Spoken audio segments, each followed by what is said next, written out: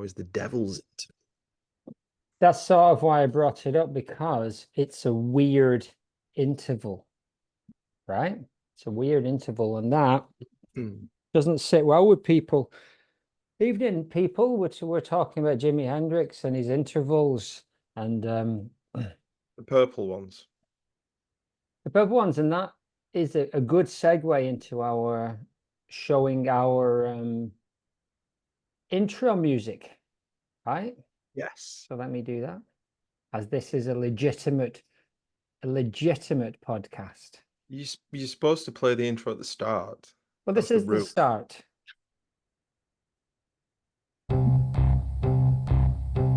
Just don't say anything, and then that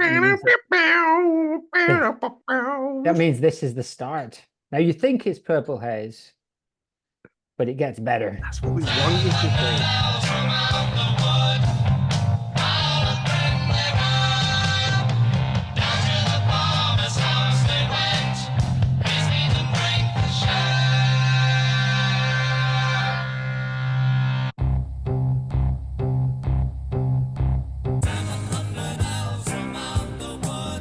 No gang signs.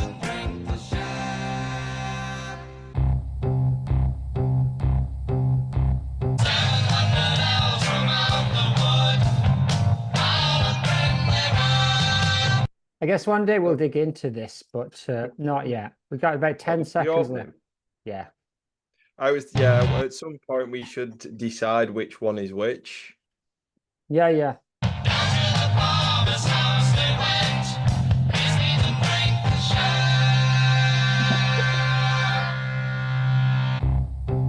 That's the production value. Brilliant. So that now means that the episode started, right?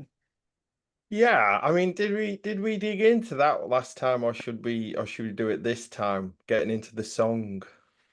So I've put a little. We'll take a few detours and tangents that have been pre-planned, and I've put in about halfway through the episode. It's very Stuart-Lee, isn't it? About halfway through the episode, we're going to come to a line that says "Steel Eye Span," and we can have a little bit of a chat there, if that's okay. That sounds wonderful. Because it's you decided, we're trying to stay away from segments too much, right? We don't want it to be like a magazine. Not a chocolate orange. Not a chocolate orange. We're not some kind of early morning magazine show. Oh, and here's Tom with the weather. But we're not. But I do like your idea of starting with something whimsically weird, just so that people aren't scared. So it's part of the contract, isn't it? You know, the social contract, the social media contract, if you will. The last time you start with Sergeant Pepper, which was a good choice. I've chosen one that's less good, but more funny. So let's have a watch. That is your MO. You've seen this before. Most people who are watching this probably have too, because it's got 5 million views and it's been around for 15 years. But that doesn't make it any worse. Michael Jackson's sold 40 million copies of Thriller, and it's still the best album of all time. It's very good. Dum, dum, dum, dum, dum, dum, dum, dum. Alrighty. It's beginning to look a lot like fishmen everywhere I go. From the minute I got to town and started to look around, I thought these ill-bred people's gill slits showed. I'm beginning to hear a lot of fishmen right outside my door. As I try to escape in fright to the moonlit Innsmouth night, I can hear some more. They speak with guttural croaks, and to hear them provokes a profound desire to flee. Their eyes never blink, and quite frankly they stink like a carcass washed up from the sea. I wish I'd paid attention to that crazy drunken man. He tried to warn me all about old Marsh's Deep One clan. All right, I'm not going to play it all because I think that contravenes our contract with Hackor who made that. So it's brilliant. It's fantastic. Go watch it. It's called Fishman. It's on Hackor's channel, and he's been up there a good chunk of time. What do you make of Fishman? It's lovely. I was actually humming along with that in my head. It's a beautiful tune and it's a wonderful atmosphere. And I think he really gets into he gets under the skin, you might say, of Lovecraft's story. Yes, he does refer. Specifically, I like the bit where he's hiding behind the door and they're attacking it, because that's one of the pivotal moments for me in Have you Shadow ever over seen Innsmouth. have you seen any of the Stuart Gordon films, of the Lovecraft stories? Like the Christmas ones. So, oh no, No, he those are the did M. Night James ones. Reanimator and Reanimator 2, although I think that's a bit of a stretch. I But he also started. did he did Dagon as well. But it's actually nothing like Dagon the short story and much more like Shadow over Innsmouth. It's just called Dagon. No, I've not It's seen very those, but I good. started watching Reanimator today because I was like, Right, yeah. I hear about Reanimator all the time, how it's probably the most faithful until maybe Shadow Color Out of Space, which is pretty faithful, but it's always been classed as one of the more faithful Lovecraft interpretations. Well, weirdly, it's very funny, and the Lovecraft story is humorous. It's quite obviously tongue in cheek, in reference to like the Frankenstein story. So he totally nails that, and it's a really good comedy horror. It's they get the tone exactly right for it. Mm. But faithful, there is a version of Whisper in the Darkness, which was crowdfunded by Lovecraft fans and made by a lot of people who are associated with Lovecraft stuff. And it's a lot of fun to watch and is very good. But that's super faithful to the story. Okay. That's one of the things, isn't it, of Lovecraft stories are actually relatively simple, and it seems strange that you could that they haven't been done more faithful. I mean, Call of Cthulhu and Mansions of Madness, they're like pretty much very, very straightforward stories, and it's weird how nobody's kind of tackled him, because he's been a big name for a long time now. It's not like he's like in the 60s and 70s where he was peripheral. He's like, yeah. We talked about Lovecraft Country already. I don't think You so. seen I that don't one? not I've not watched it, but I was kind of aware of the book, and the book got mixed reviews, I think, from people. So I wasn't sort of there was no massive interest in me to check it out really. Um, but you did just remind me of something else then in terms of Lovecraft stuff, because there are a few bits. There's like Dunwich Horror got made in the 60s, didn't it? I watched that about a And year ago. Yeah, that's not close at all. That's it's kind of fun and it's psychedelic silly, but it's proper yeah, it's not very psychedelic. Dunwich Yeah, Horror. yeah. Yeah. No, no. I'll kind of dig back in and see if there's any more. But Color Out of Space, the Nicolas Cage version, was really good. And again, that was when he was It in his is. psychedelic stage about 5 years ago. He did like Mandy It was and yeah, I was going to say it was about the same time as Mandy, wasn't it? yeah. They were both good ones then. It reminds me a little bit of PKD in the way that his stuff gets used by Hollywood, because they always try and change PKD stories into thrillers, don't they? So it's somebody running Mm, around shooting stuff. yeah, yeah. Um, and there's obviously not a lot of that in Lovecraft, but like you said, Mountains of Madness was in pre-production hell, wasn't it? With Guillermo del Toro, there was loads of rumors that he was supposed to be doing it. Yeah.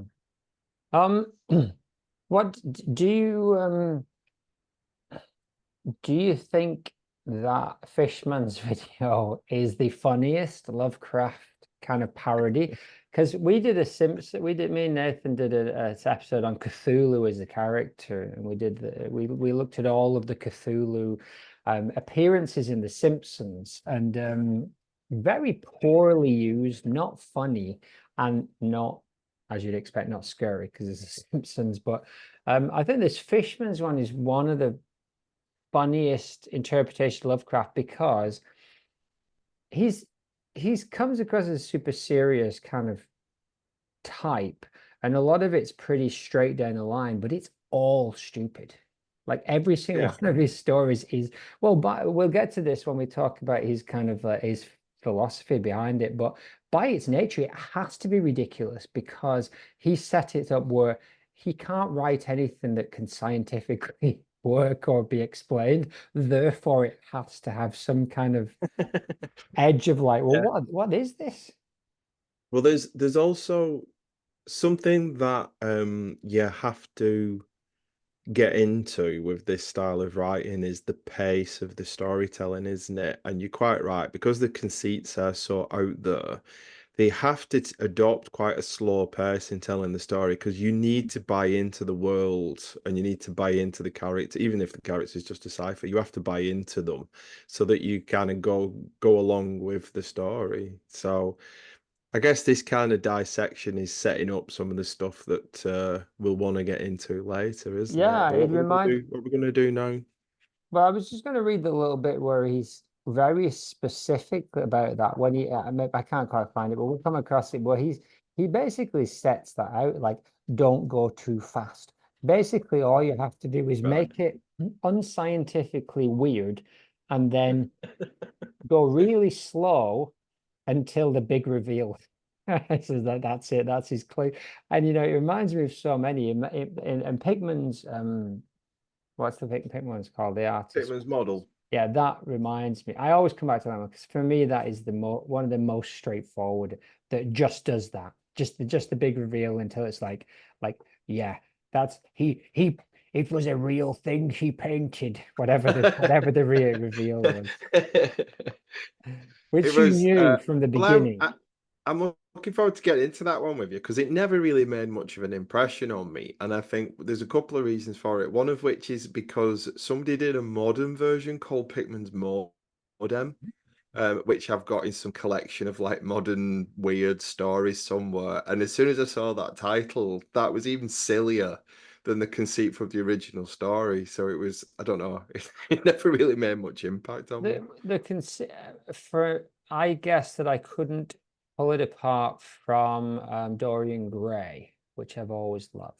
And as soon as it's like, oh, Okay. this is a dude who's painting something that represents his soul in that sense, and it's kind of there's living beyond, and I made a lot of connections with that idea, which I thought was it's a very cool idea. But obviously, Oscar Wilde one is like a perfect fairy tale, twisted fairy tale. But yeah, for me, it's a version of that almost. I wouldn't be surprised if Lovecraft started with something along those lines. I don't know if he knew much about Wilde. I don't know what I mean. They're swimming in the same circles, literary, I Yeah, think, because it's I made that point last time about the King in Yellow, the whole point of the Yellow Book coming from those decadent writers and artists and the symbolists and all that kind of thing. So I'm pretty sure he would have been. And like you say, Dorian Gray's up there, isn't it? It's not the only weird story that he wrote as well. He did write some other ones like the selfish not the selfish. Is it selfish giant? The one with yeah, the that's like child a becomes like kid's a one of Jesus fairy tale. parody. Yeah, yeah, which is cool. Back in the day, I did dig into a lot of the wild stuff, but not much of it stuck with me other than it really. Dorian Gray. Yeah, he's a good stylist. It's Yeah, his prose is still cool to read. Um and his wit, I think, still stands he's a the witty test chap, of wasn't he? That's what he was like. He was oh, basically, Oscar. yeah, he's basically, um, But when on the Shadow of Innsmouth one, that's like it's like one of the few action adventure stories that Lovecraft does. Though, so the bit where the fish are trying to get in through the door there is like there is a full-on chase scene and sort of action in that story. yeah. I mean, when I was saying that Pigman's model is one of the most straightforward, like Shadow of Innsmouth is arguably even more straightforward. He goes to a place. The place is mysterious. It's a folk horror. He goes to a Yes. place, and it's a mysterious bunch of people who just happen to be foreign. Oh, we're going to get to that. Um, and they pursue him for no good reason other than he's asking too many questions, which is again is a forbidden knowledge kind of thing. But this in a much more direct way, like we're going to get you now because you know too much. And I'm sure there's loads of films and books that will come to mind that do exactly the same kind of thing. And then That he's just got stranger to, comes to town, isn't it? yeah, he's just got to escape, really. I mean, and spoiler, he isn't burned at the end or drowned in a giant wicker fish. Uh, as, as good as. Drowned in a wicker fish at the end. That'd be good. It would, part one. So yeah, what we're going to talk about today is finally, after at last episode, basically just digging into what we mean by weird and specifically a little bit of what weird fiction is. We're going to start looking at the essay proper by not looking at the essay, but by looking at Joshi. What's Joshi's name? S.T. Joshi. S.T. Joshi, yeah. Who's basically the Lovecraft scholar. And we're eventually going to get to Lovecraft's history of supernatural fiction. Is that what it's called? Yeah. Yeah. Can never remember. Here it is. Lovecraft's history of supernatural fiction. I don't know if he wanted that woman in the ball gown on the front, if that was Howard's choice. In a graveyard. Weird. Clearly. It's a weird ballroom. It is a little bit weird. So we'll get to that. And Lovecraft has his own introduction that sets up the essay, but reading Joshi's gives us a bit more context and it lets us dig into like what led to this essay coming about. I think it's a good way to get into it. So you have helpfully set the ball rolling by asking, who's this Lovecraft chap? Now, obviously, there's a million biographies of Lovecraft out there and stuff. So, but to us, what does that mean? What does that mean? H.P. Howard P. Lovecraft. Well, the reason that we're starting here is because, like Matt Fisher says, if you want to understand the weird, you've got to start with Lovecraft because he kind of takes an aesthetic that had been developed from horror literature and turns it into something modern. So I guess in some ways he's modernizing the horror story, isn't he, or the supernatural story? And going through Josh's introduction to the essay, what becomes really clear is that it's like he has to do this. It's like a couple of years of him rereading stuff that he'd read before as a kid and coming and reviewing the scholarship around things like the Gothic novel and that kind of thing. And then once he gets it out the way, it sort of opens up the floodgate for his own creativity then, and it allows his imagination to really run rampant. We've got all these ideas flowing through his head, and he starts to refine them into something for the modern audience. So even though his prose can be a bit archaic at times, the way that he's packaging these ideas is very fresh. Yeah, that key is that modernization, and we'll definitely get into this much more, but it's that the cosmic in the same way. I can't help but tie him to thinkers like Nietzsche, with the absence of God in the universe being at the absolute core of it, and things like the First World War as a inciting incident in all of this as well. Yeah. I think it's really, you can't overstate the impact of the First World War, or the Great War as they would have called it at the time, on the general consciousness of people.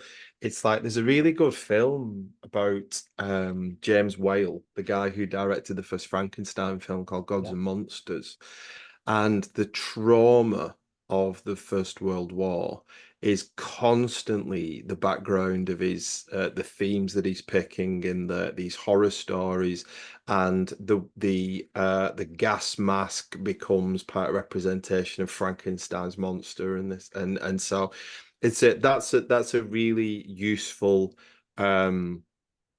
stepping stone in this conversation about what weird literature is, and what I think it's China Miéville, the left wing sci-fi fantasy author who points out that weird fiction is really an existential response to the trauma of the First World War. It's people trying to understand what that means, what that horrific industrialized warfare in the middle of Europe actually meant. This was supposed to be the most civilized place on the planet, and the next thing they're like gassing each other and shooting each other in muddy fields. And it like I say, that can't be underestimated in terms of how much of an effect that has then on art and culture going forward. Because unlike a lot of contemporary wars where we just see it on a screen or we see it on the news and stuff like that, most of these people had been there.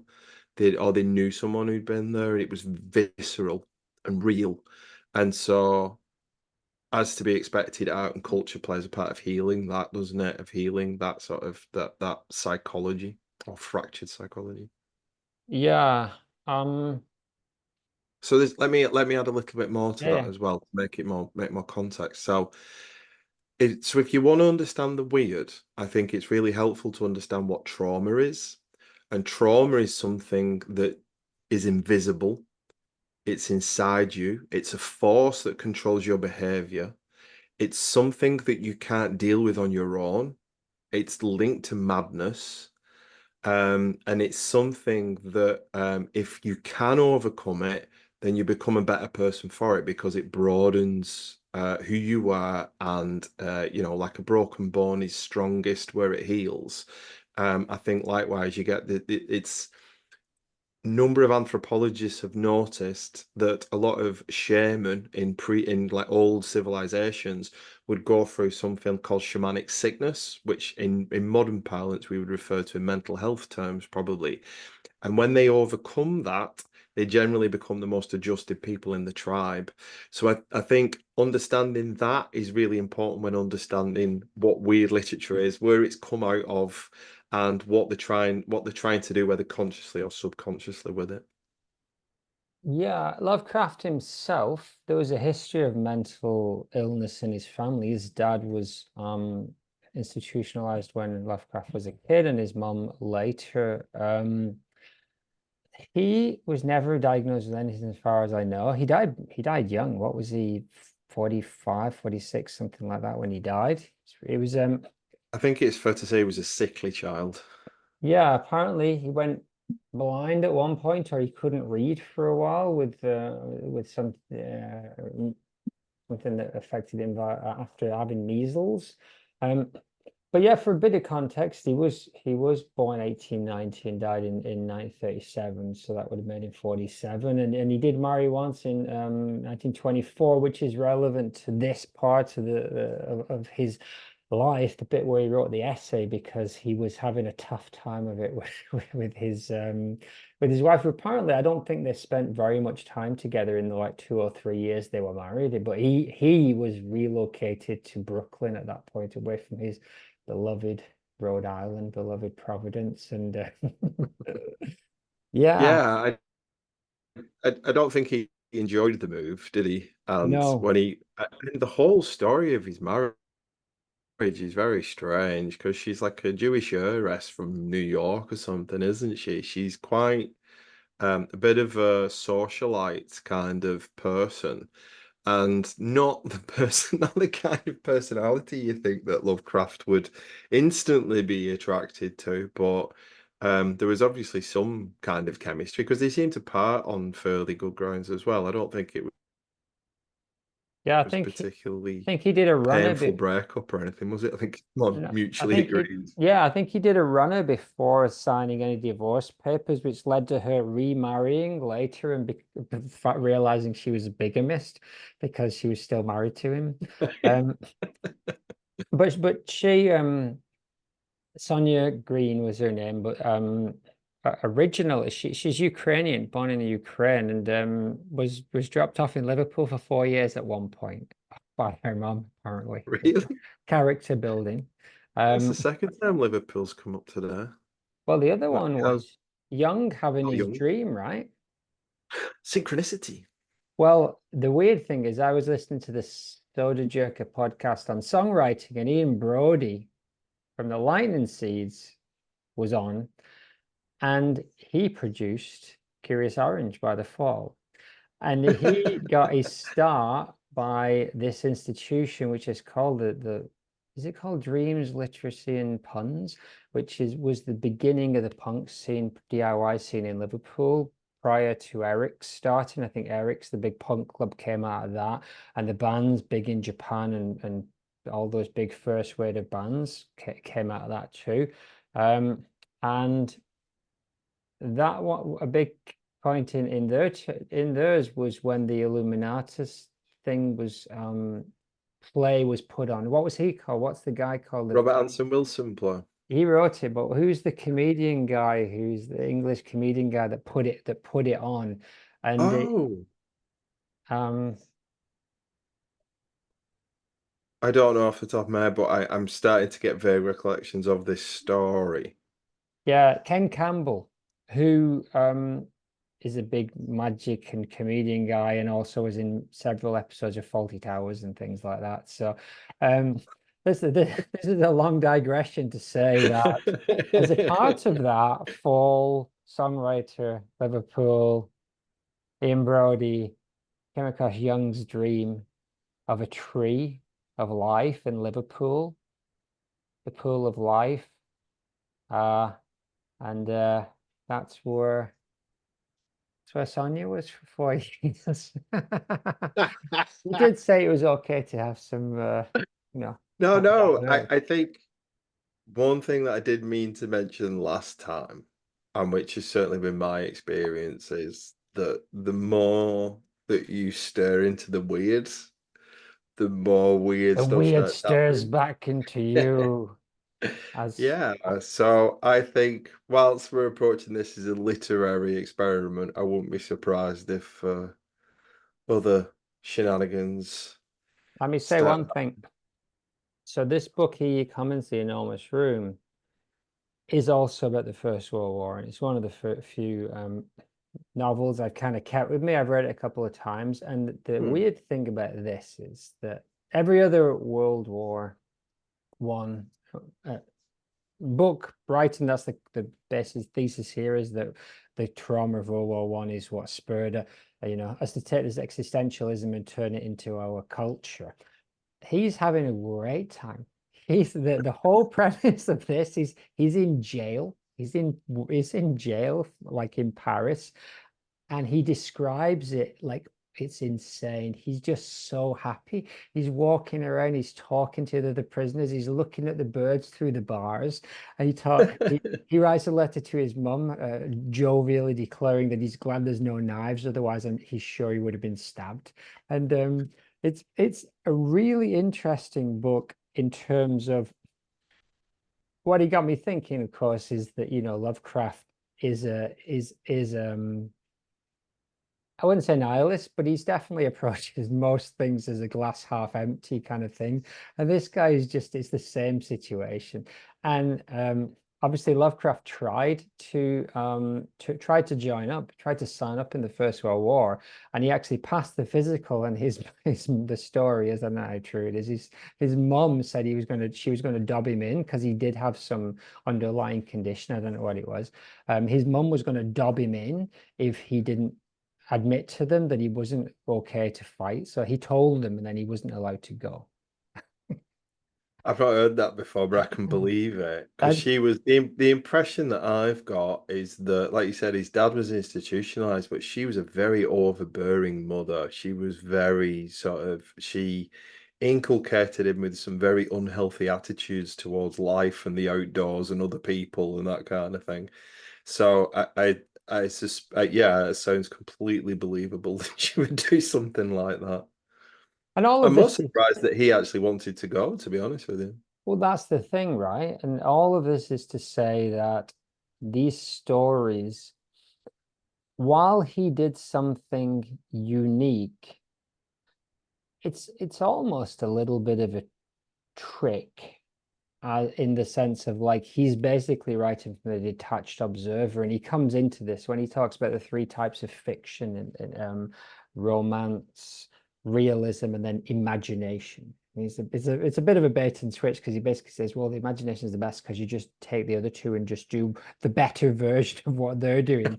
But on top of that, nothing matters. It doesn't, nothing that the humans do is of any importance. And it's like, yeah, that's the thing. That's called nihilism in most in most books. Um, Yeah, there was something there that I wanted to pick up on because it's like, is he a nihilist? I think he is. He's very interested in the scientific, isn't he? And he hasn't got much time for religion, I think, as an institution or as anything that sort of dictates reality. So I think he is from that point of view. He's a materialist, isn't he? I think, Yeah, philosophically. as an individual, whether or not he was a nihilist is less relevant, and he probably wasn't. I imagine. I imagine he was. I've read from his letters and things like that. He seems to be a relatively jovial racist, but it was just the times. Just the times, Phil. Just the times. Um, but yeah, nothing strikes me as him being overly, kind of, if you think of the literary figures of that time. In fact, this is something I was going to bring up the other last time. In contrast to the weird tale, if you flip it the other way, Virginia Woolf writes, so basically in the weird tale, especially Lovecraft's, a lot of people, they get arcane knowledge, occult knowledge, and they go mad. And we talked about, your response to that knowledge is a big part of this. But in Lovecraft, they always go mad, especially in Dagon, that we'll probably get to in episode 10 or something like this. It's like This is only supposed to be about Dagon. this is Dalloway. It's a long time since I read it. Is the opposite of that, of going mad through a lack of new information, a lack of stimulation. Is that the ennui, as you might call it, to be is interesting. I don't know when that was written, but I imagine it's a similar time, maybe a little bit earlier. But that same idea of the character who goes absolutely bonkers because they see something they can't handle versus the character who just slowly goes out of their mind because they're just thinking about which type of fork and plate they're kind of like, going to use for tonight's meal. It's really interesting But I've not, that, I haven't read that. Is that Virginia Woolf that? yeah, again, it's been a long time, but I But think I that, have read The Yellow Wallpaper, which has got a similar kind of vibe okay, to it, hasn't it? yeah. And I've that's not all read about. that one. I pulled that one up, but thinking I was going to have a listen because he cites It's a it, doesn't cracker. he? It's Yeah, very good Yellow Wallpaper. Yeah, she was an interesting character as well. I can't remember the lady's name who wrote it now, but that particular story is of a woman. It's there's a beautiful ambiguity about it. Let's put it like that. Where there could be something occult and untoward going on, but there's nothing where you can sort of put your finger on it one way or the other. It's a yeah, very deft story like that, but it's got a similar vibe. And obviously, she was writing from a sort of proto-feminist point of view as well. She wants to get that point across, so she uses those metaphors to sort of highlight that element of the dynamic, the sexual politics in it, which is yeah, of course something Lovecraft never does. And I think that there's the most asexual set of stories that I've ever read from any author. yeah, And there's the weird one that always comes up to mind when I'm thinking about this is the thing on the doorstep where a guy doesn't realize that his wife has been possessed by his father-in-law. is that the one Just like where it just pretty keeps sure coming? you'd pick that up. I can't remember that. It's like Oh, it's a good I'm one. gonna enjoy going back through these because I listened and read in such a flurry that there's just little bits, and I know there's one where the guy just goes, he just disappears for 10 years, but there's not that one. There's another one where he's been possessed for like a decade, and then he just comes back. Like an Yeah, so that's the Shadow Out of Space. okay, yeah, So yeah, we'll yeah. definitely be covering that one. No, it's a very interesting time. I don't know how much we'll dig into the historical nature of that particular period, um, World War One, and what weird things stemmed from it. I don't know if this is total tangent as well, as you know, David Lynch, your favorite, Twin Peaks season 3, there's an episode which there's one episode which doesn't follow the narrative at all. It's kind of a dream logic based on the atomic bomb going off at the beginning, and then he's kind of like there's a suggestion that all of the weirdness in Twin Peaks, and this is backed up in some of the Mark Frost books and stuff, but all the weirdness came from the atomic bomb in World War II. And it Oh, seems right. to be, Okay. Yeah, yeah.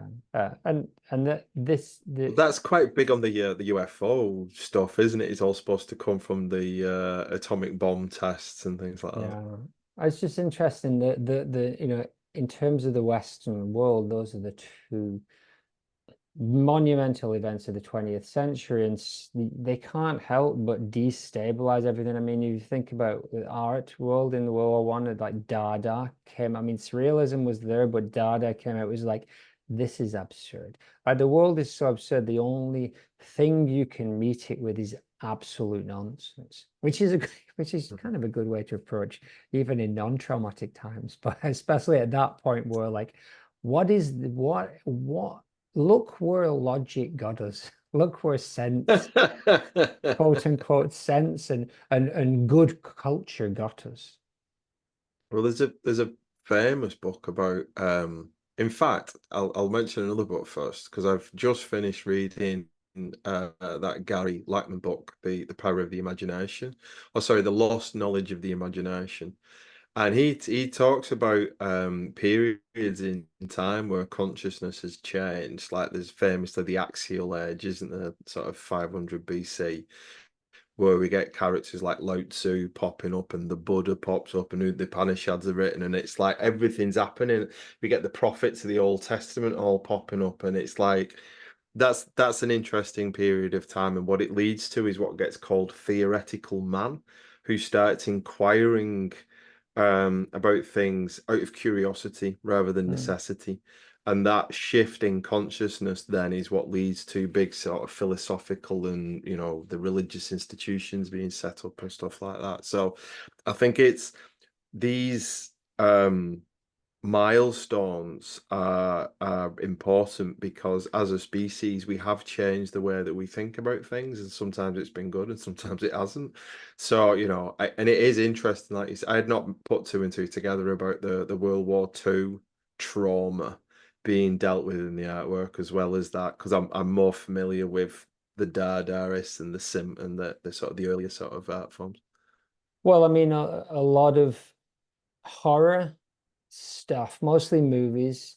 But I imagine a lot of literature too. But all of those monsters from the deep are all, it's a common trope to say like our traumas and our fears play out in whatever horror movies are popular at the time. And the 1950s were all about creatures from the deep, or mutations coming and just kicking the shit out of your city. And it's like, oh, Godzilla. yeah, exactly. It's like, Yeah. I see. Yeah. Um, I'm going to read you this and then we'll take a tangent, okay? The true weird tale has something more than secret murder, bloody bones, or sheeted forms, clanking chains according to the rule. A certain atmosphere of breathlessness and unexplained dread of outer unknown forces must be present, and there must be a hint expressed with seriousness and portentousness becoming its subject of that most terrible conception of the human brain, a malign and particular suspension of defeat of those fixed laws of nature, which is our only safeguard against the assault of chaos and foreigners that come over here taking our jobs. Or the demons of unplumbed space. That's what Howard had to say about So it the feels like time. we're moving into cosmicism now, aren't we? Yes. Which is like his touch word for his aesthetic, But let me or for pause what you he's there looking for. before you get into cosmicism. Cosmetism. Yeah, Let's take a little tangent. Now, I want to play a song for you. thank you. Or I'm going to offer you to play a song from the Wyrd playlist. What would you like? You got one, or shall I play one? Go on, you put one on. I did it last time. Well, there's plenty of time. Let me see if you can sure just make sure that you can. All right. Why don't I play one, then you play one? You have plenty of time, right?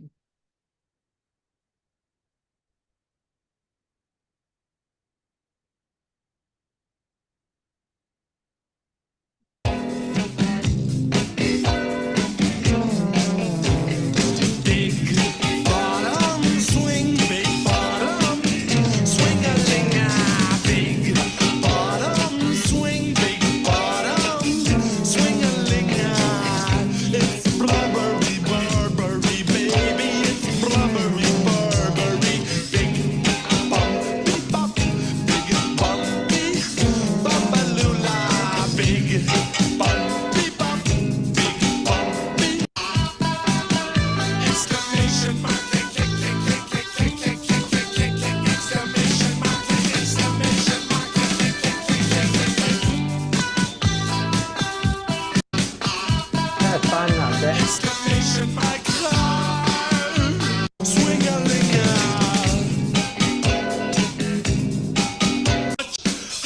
There we go. How much is the fish? How much is the fish? How much is the chips? Does the fish have chips? How much is the fish? How much is the chips? How much is the fish? Does the fish have chips? A song almost entirely designed to annoy people who don't like weird music. That was brilliant. A Stump, Irish band, short-lived but beautiful. I remember seeing them on the chart show when I was about 8 or 9. And when something sticks with you that much, I think I probably saw about 30 seconds of them doing the song, and Charlton Heston put his vest on, and I never forgot it. I never forgot it, and that is an impact. If you can make that sort of impact, that's great. That's sort of like Sultans of Ping kind Oh, of yeah. territory, isn't it? I mean, I love stupid But some music. lovely fretless bass going on there. Oh yeah, yeah. You got one for us?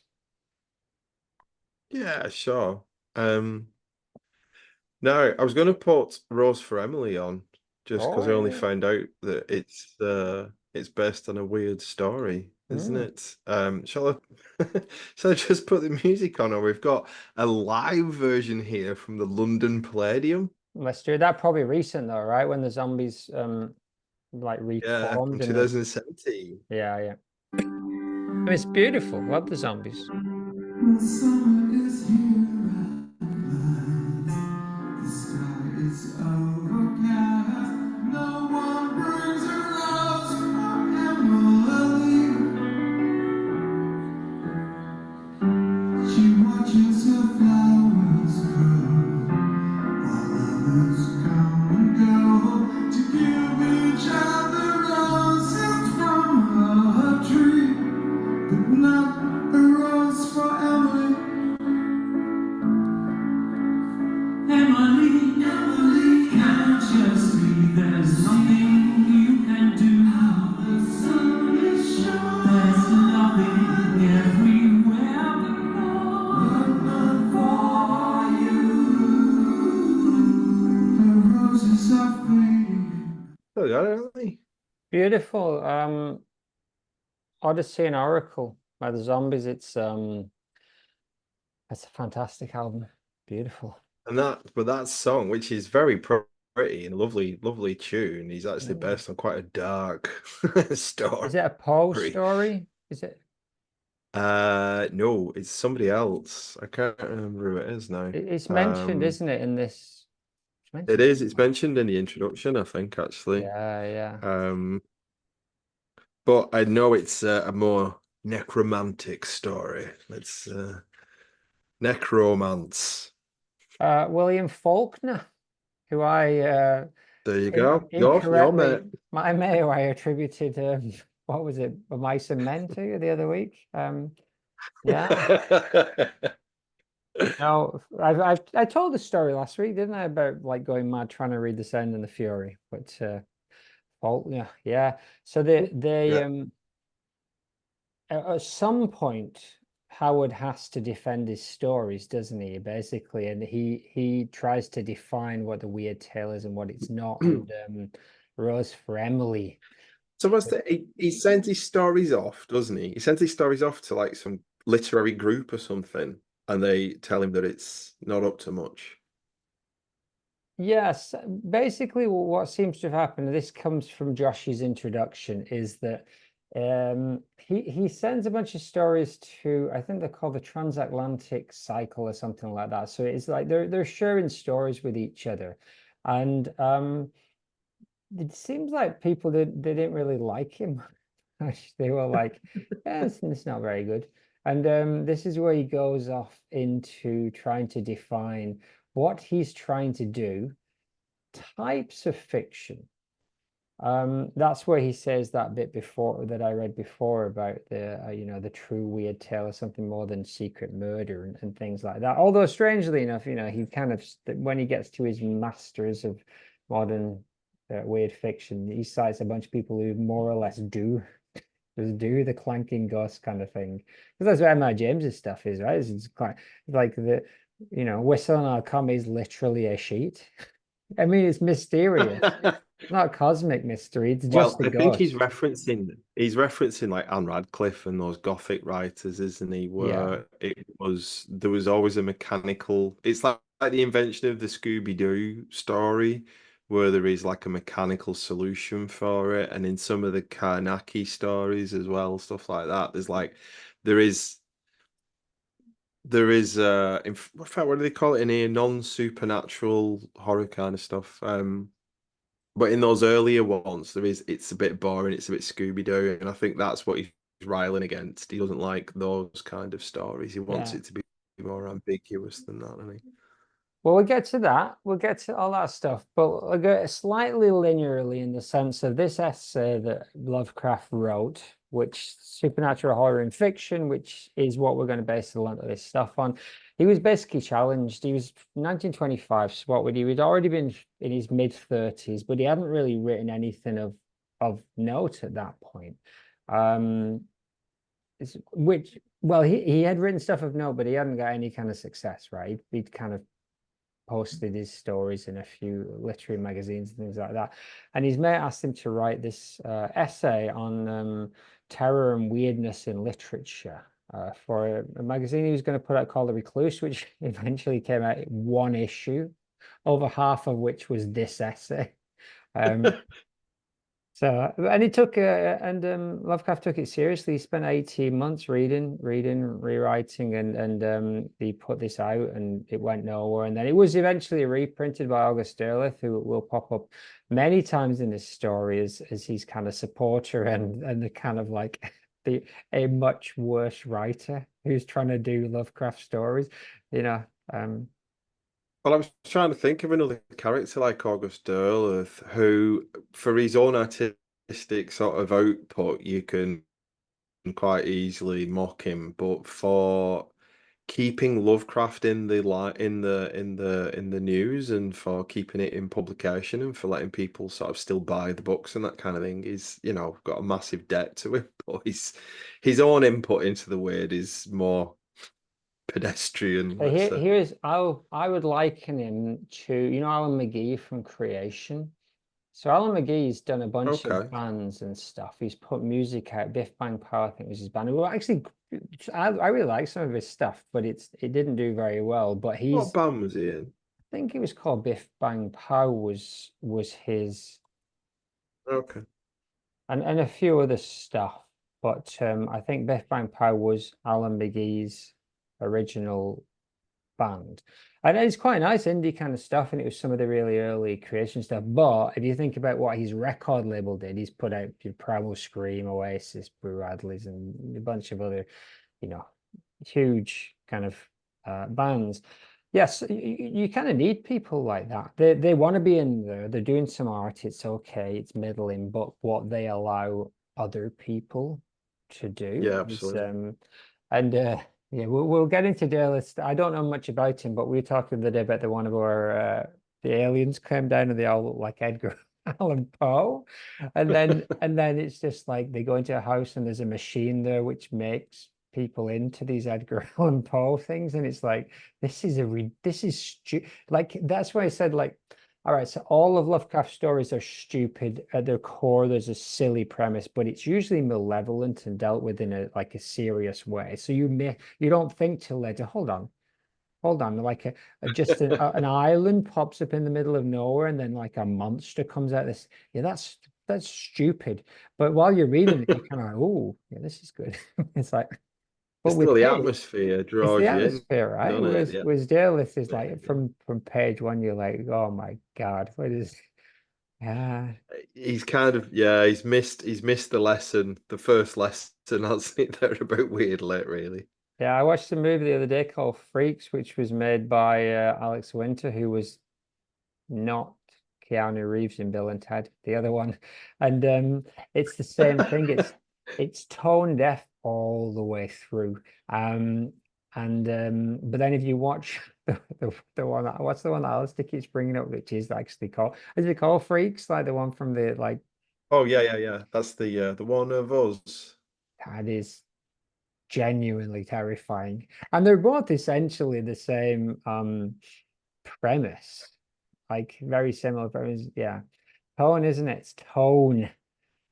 Anyway, I digress. So you took a year and a half to make this essay, and as you suggested earlier, it was not only and Joshi basically as there is some criticism, but Joshi basically says this is the first one of he wasn't basing it on a lot of previously written criticism. He was writing this basically from scratch. There was no real you know, there was nothing before this that you could cite other than stuff that had been written about the Gothics. So nobody Yes. had written. Yeah. Most of these people he cites as the modern masters are working contemporaneously with him, like M.R. James and Dunsany. Yeah. When I first read it, I didn't put that into context, and I'm thinking like he's talking about people 1, 2, 3 generations back. He's not. They all outlived him, other than I think James, who died at like a similar time. The rest of them outlived him by 20 or 30 years.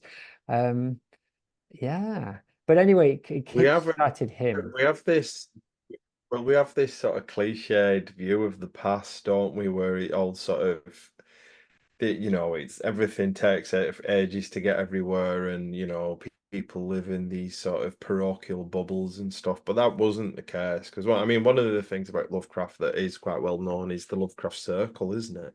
The way that he used to communicate sort of incessantly with people all around the country. So he had a massive network of people interested in the same thing, where he was like the center of it, really. So he was very well educated on this stuff and very well read. Like you said, the one that I wasn't aware of before sort of reading this introduction was the Edith Burkehead book, which I've got hold of since, The Tale of Terror, which, like you say, covers the Gothic stuff in a lot of detail, and which is obviously what Lovecraft is cribbing on for the first half of the essay, where it is like that sort of how did we get here part of the essay. And then everything else is like he is generating the scholarship that nobody else has done up to that point, because nobody will do that scholarship for years to come. Because, like you say, because of how up to date he is on his reading. What's interesting is that it's not um somebody basically said like if any professor could have written this. I can't remember who's, but and the pushback on that is, yeah, any professor could have written a pretty dry set of, kind of talking about the literature at the time, but this isn't dry. This is all passed through his filter. I mean, it's not some super strange filter, like, but it is. We'll get to this in a bit, where he's attributing like all of these things to these writers that they're not actually doing. That especially the cosmicism, that just doesn't appear in their stories to anyone that's not like doing mental gymnastics to try and see it. But as soon as you start seeing it, you go, okay, I can see. If you remove it from the intention of the writer, sure, which is very postmodern of Howard, isn't it? But But the writers were not trying to write in some detached cosmic existential dread. James wasn't. He was writing silly ghost stories. I mean, may have been in there, but it certainly wasn't in the text. It's yeah, I know what you mean. I get the impression that when Lovecraft is talking about the cosmic, what he's really talking about is the wow factor when you read in something. Because you know that you read some of these stories and you're like, what was the point of that? That was really boring and trivial and it didn't really do his own Jeopardy or whatever. It didn't suck me in, the characters were crap. And you'll read other things and you're just mesmerized. But from start to finish, everything just draws you in, and there's something magical that goes on in reading those stories. And I think that's what he's getting at, really. It's like, what gives you that sort of fizziness when you're reading the story? What is it that sucks you in? And it's like coming out of a dream at the other end of it. And that sometimes can combine the horrific and the horrible, and at other times it's just like fantasy and the Dunsany end of weirdness, isn't it, and stuff like that, or even just the uncomfortable, the odd and strangeness of it all. I think it's for me, it's like a catchphrase for the wow factor is how he's using it. I think there is, but I think he does specifically when you get into the part where he's talking about Poe, and this was what Joshi was most surprised by, that Poe, who for him is writing about mostly kind of human, relatable, especially the detective story kind of stuff. Whereas Lovecraft sees him as being entirely impersonal. And he basically says, like, I want to be just like Poe. I want to be entirely impersonal because the function of creative fiction is to express events and sensations, not to talk about good or evil or attractive or repulsive or stimulating or depressing. The author is a vivid and detached chronicler. And Josh is like losing his mind over this. He's like, Poe's not detached. That's what I mean about, like, how like Lovecraft projecting these things onto the stories. And that might be a good time to segue into the cosmicism that he sees in everything. He's read this. And what triggers him then, him leaving this set of research thinking, wow, look, all these cosmic detached writers that are, writing about this existential kind of like threat that doesn't care about humanity. He then goes on, he finishes this in 37. No, he doesn't. When does he finish it? 27. In 1927, he finishes this. And then he bangs out, while he's writing it, he does Call of Cthulhu, Pickman's Model, in the case of Charles Dexter Ward, and the Color Out of Space in a year, like 4. And obviously, even the most casual of listeners will know Cthulhu and Color Out of Space at this point.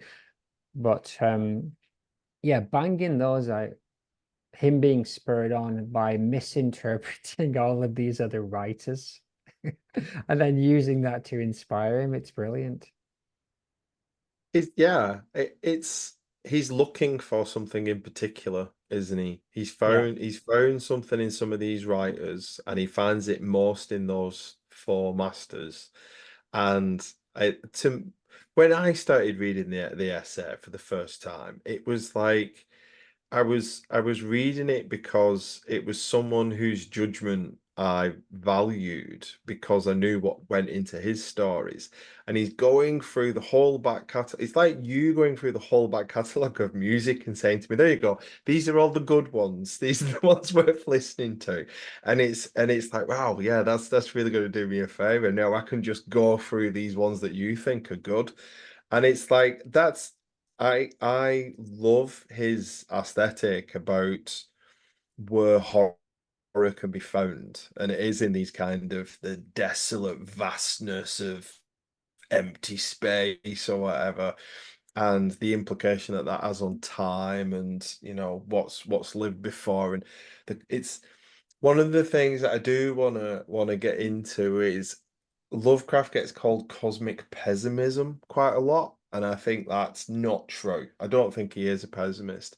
I think it's cosmic indifference for Lovecraft. It's just like the universe doesn't care. It doesn't care about you. It's like not in an angry way.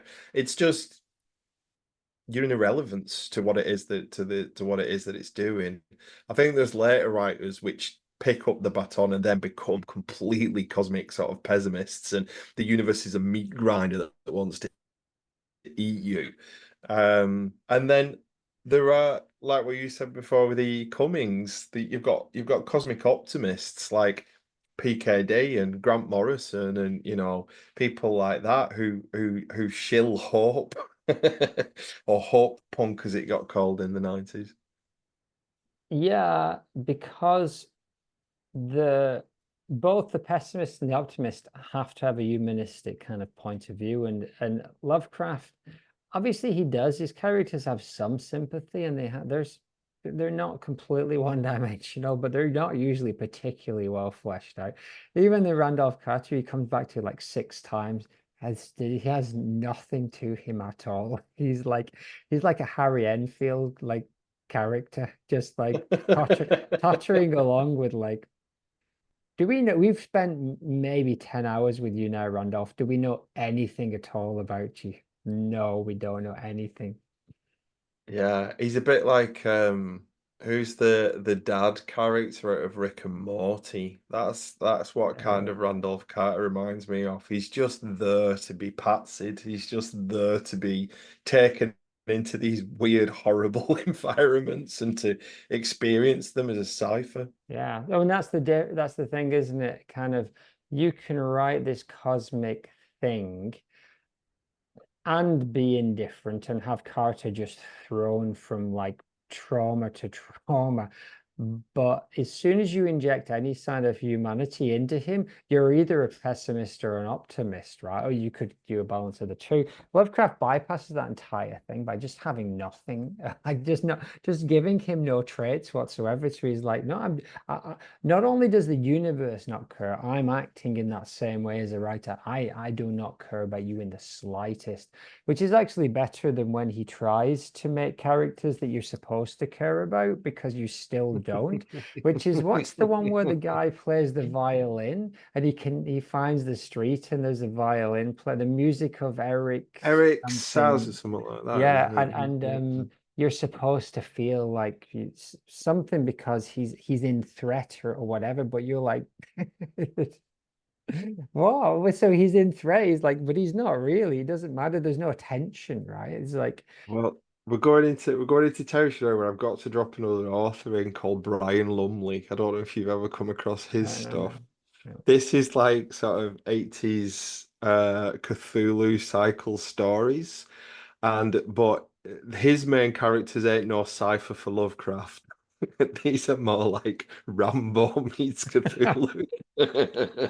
It's like an 80s action hero. Nice. He's like dumped into this weird Yeah. universe. Who's the opposite? Because it's gonna have all the cliched tropes of that kind of like macho kind of, and it's like, in many ways that would be, Hard drinking, womanizing. yeah.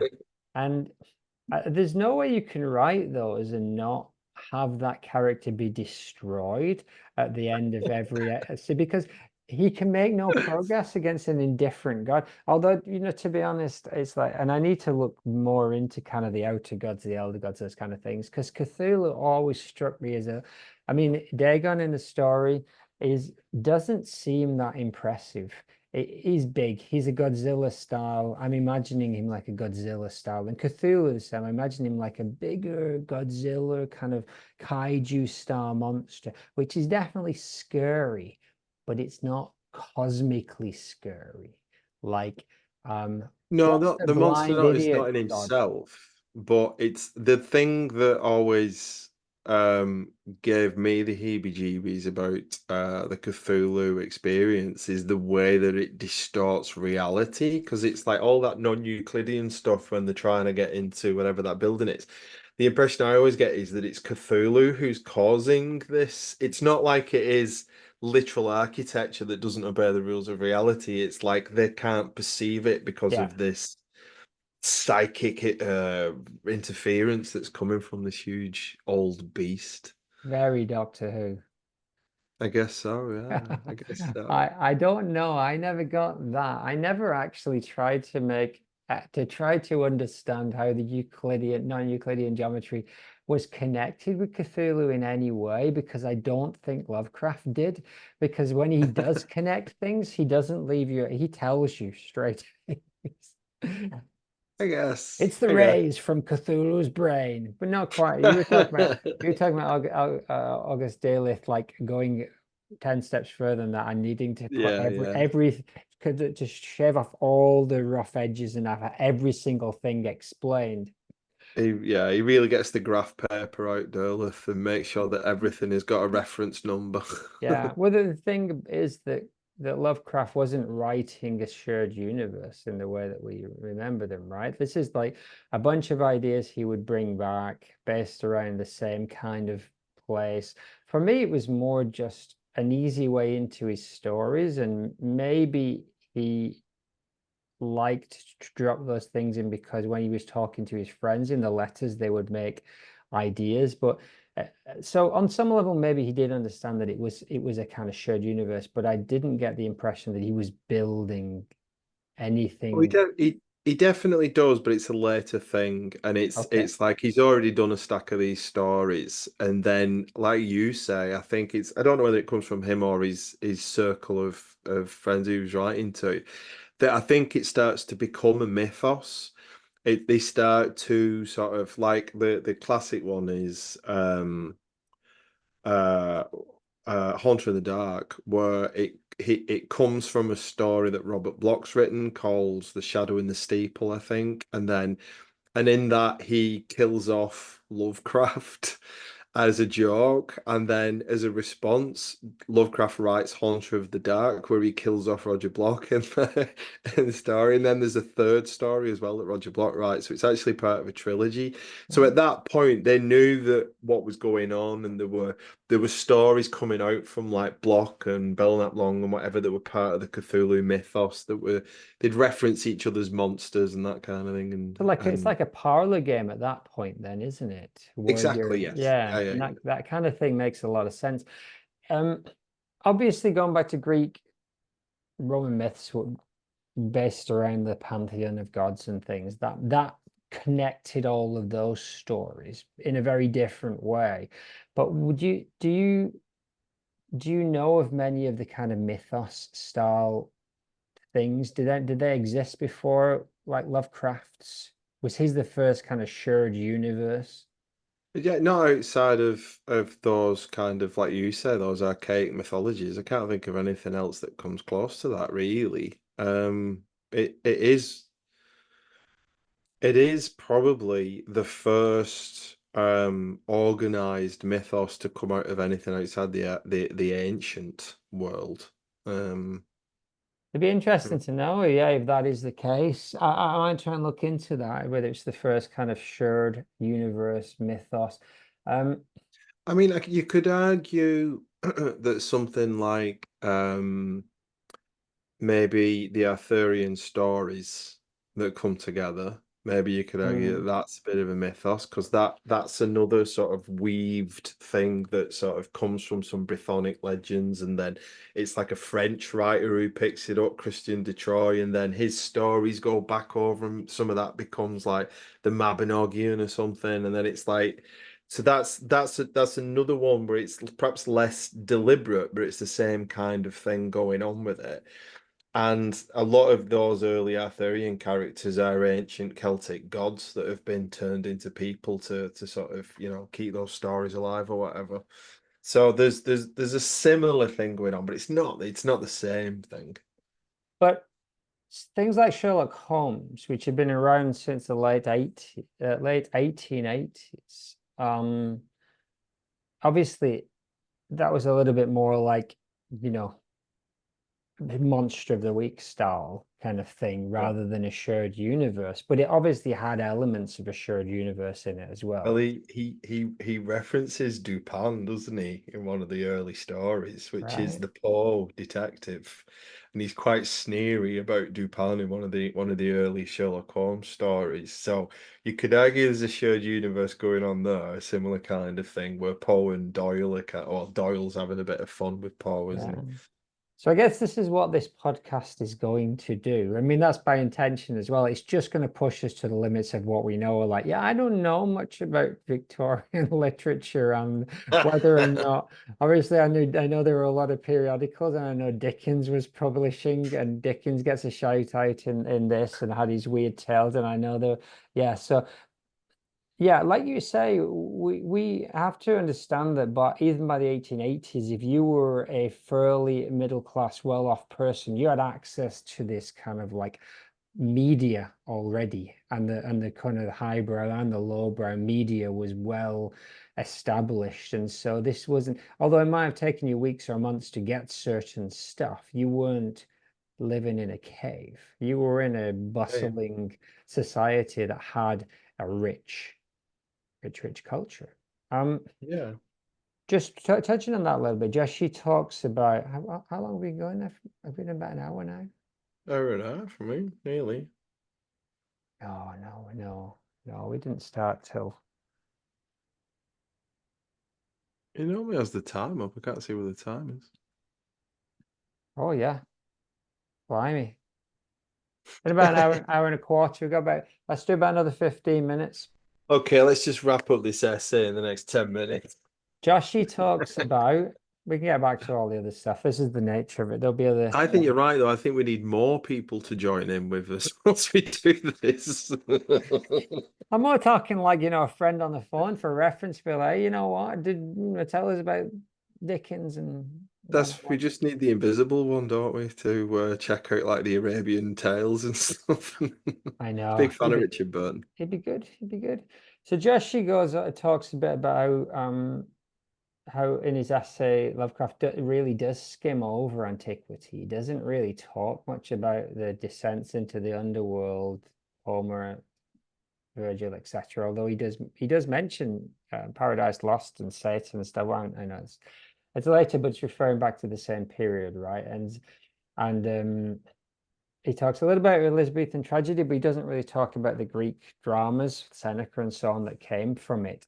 I want to put a peg in this and just put a pin in this and just be, that for me, medieval stuff, Greek and Roman stuff, and then stuff from way, way back in the early days of the human mind is something that I really think I want to get into because this, I think, and this is definitely viewing from my, through mediated through TV and film, but that period by its nature, because the connections between people and what we've kept is weird to me, and there's a lot of weird kind of stories and ideas that came out of that are still influencing us today, right? The kind of the idea of the tragedy, bloodthirsty.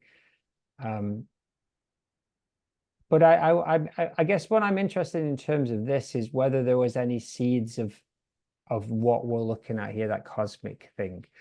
Are there seeds of that earlier on, or is it all the clanking ghosts and is it all Hamlet and stabbing people in the back, or were there those cosmic mysteries from the start, like Eric von Daniken says? That's an interesting poser. I think we should probably reflect on that and come back because there is so much to get into there. And I'm fairly genned up as much as one can be on like Greek mythology and stuff from that sort of Eastern Mediterranean area. Outside of that, less so. Like the Orient or whatever, or like the Americas and stuff. Or even South Africa. Do you know what I mean? Sub-Saharan Africa. There's a Yeah. whole raft of mythology that comes from there. But I think when you get into the medieval age, the other one that I was thinking about is stuff like characters like Robin Goodfellow and sort of like the witch's devil and that kind of thing. You know, the one who'll knock your steeple over and make your milk turn bad. those stories then to come into become a bit of a cycle. Like Reynard the Fox is a character that gets a cycle and loads of little stories attached to them. So there's it. I think we like that, don't we, as a species? We like and in fact, this is where it ties in with Greek myth as well, because I've just finished reading the Iliad, and the Iliad's basically a list of loads of different places around the known world and how they attach to this mythology, which is generally going to have been where they've had their own mythologies and it's been co-opted by like some Greek poets or whatever, and that, and then the Iliad and the Odyssey, maybe not the Odyssey, the Iliad definitely becomes like a list of these things. So, which would be the same as like, how many stories Cthulhu pops in, or Nyarlathotep, or something, a character like that. Yeah. I think that's a good chunk. We've gotten to a good chunk of what Joshi was talking about there, but there's a little bit more I just wanted to talk about. I touched on it earlier of what is and isn't weird fiction, because he does go in Lovecraft through it, both in this essay, but mostly through his letters that Joshi kind of picks up, does define his stance often by arguing what is and isn't weird fiction. And he basically, like I said, he says there's three types of fiction: romantic, realistic, and imaginative. Romantic is for those who value emotion and action for its own sake, preconceived artificial patterns. You can always, he's playing his hand here, isn't he? The second, which it rules the public today, is intellectual and analytical rather than poetic. It has the virtue of being close to life, but has the disadvantage of sinking into the commonplace and unpleasant. So that's realism. So he has no time for romanticism or realism, where he says imagination with gorgeous patterns and strange relations. It derives the important principle of truth, not truth to fact, but truth to human feeling, which is really interesting, given that I just shat all over his ability to tell to paint humans. And he also says that he doesn't do that in his stories, but the story itself, its only purpose is to bypass all rational thought, but also all romantic thought, and just kind of hit you in the gut. That's Yes. his aim. So there's the phrase, I'm trying to find the actual quote from it, but where he talks about real externality. That's the one that Mark Fisher jumps on because I think that really describes his like outer dimensional kind of idea. It's something that's coming, not only coming from outer space, it's coming from a different dimension that you cannot perceive. You do not have the faculties to perceive this until it erupts into our reality in some kind of way. And that's like you said, the wow factor. That's the cosmicism that we would probably call interdimensional now or something like that, really. Yeah, inconceivable events and conditions have a special handicap to overcome. It can be accomplished only through the maintenance of careful realism in every phase of the story, except that touching on the one given marvel. So everything else has to be okay, except for this marvelous thing. The marvel must be treated very impressively and deliberately, with a careful emotional build-up, or else it will seem flat and unconvincing. Later apparently described as supernormal by Matthew Onderdonk, if that is your real name. That is a name.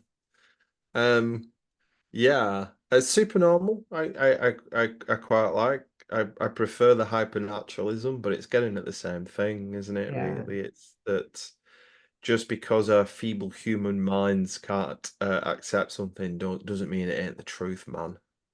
No, and I guess to wrap all of this kind of stuff up is the question that Joshi poses is, when does the weird begin? What is that liminal space where he says, okay, well, all right, vampires and werewolves and ghosts, they're not real. We can prove through science that they're not real. Therefore, you can't have them in a weird fiction. And a Rose for Emily is bad because there's some kind of saucy necrophiliac stuff going on, and cannibalism, which is not good, but it could happen. Therefore, that's not okay either. So All of that is out. This has to be something. And he even goes as far as to say, like, oh, well, it's like telepathy, hypnotism, psychoanalysis. Well, psychoanalysis and hypnotic stuff, we're going to prove how that works really soon, but telepathy will never work out that one, so you can have that. So with all of those things, he's like, yeah, vampires, no. Necrophilia, no. Like hypnotists, no. Telepathy, yes, that's okay. So he's Doesn't he actually do a vampire story? Hasn't he got a vampire the one in the story? church. Is the one where he keeps sneaking into the church, or is that? It's what I remember there being one where he's got wacky weapons, where he seems to go through some wacky weapons that to get used, like I don't know, like crucifix guns or something, or garlic spray or something like that. I seem to remember there being one rooted about a house. They go past a house every day, and the house feels strange, and it's linked to some weird vampire family. Yeah, I think it's the Shunned House. The shunned house, yeah. Now is that the one? I get the house ones mixed up. There's one where he goes in and he's allowed to live upstairs and stay upstairs, and every time he comes down, I think, is it that one where the guy's a vampire but he never really tells you, or is that guy a ghost? I can't remember. We'll find out, won't we? All right, the We'll Shunned find out. House. We'll get to the Shunned House. So well, I think that was a good chat all about all that stuff. Joshi's introduction. Joshi clearly loves him very much. And we did. Joshi and Lovecraft sitting in a tree. So there was one other bit that we'll get to, and I'm going to leave it for the next one, was when Howard defends his weird art. So the art itself. So we talked about him defending his own stories and saying his thing out and getting all pats on the back for writing, beyond the Gothic, like no one has ever done before, and invented cosmic horror. But he's still people are like, yeah, but it's all a bit weird, that, isn't it? It's a bit unwholesome. And so that's a rich theme in which actually our friend Oscar Wilde has something to say. But yeah, I'd never read Joshi's intro before, and I think he really sets up the context for it. And I felt like after I'm ready to dig in to Lovecraft's own introduction and maybe even one of his stories. In our next episode. We can hold out hope, can't we? That's right. Well, what about Steel Eye Span? Oh, we did an outro. No, we did. We'll play the outro. So I'm going to put the Steel Eye Span in for the next episode, or we can have a chat. And also, we threatened to read some little bits from our Fish and Chip Underwater Chippy, which I thought would have segued great into that Stump song where he shouts, how much is the fish? How much are the chips? Committed to it. Rest in peace, Mick Lynch. Yeah. Alrighty. So let me some chippy. Oh, chippy tea in it. Let me see if I can find our outro. That'd be great, wouldn't it? That would be good. Yeah. And I might see if I can find some Brian Lumley to play next time. Nice. I don't know if we did an outro. Did we do an outro? I do one. I don't know if it's ready. Oh, I'll play this.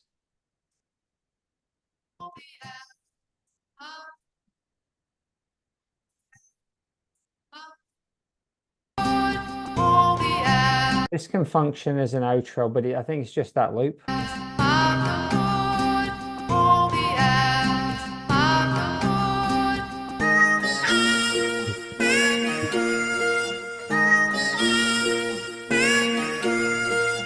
that's annoying, isn't it? Right, that's the end.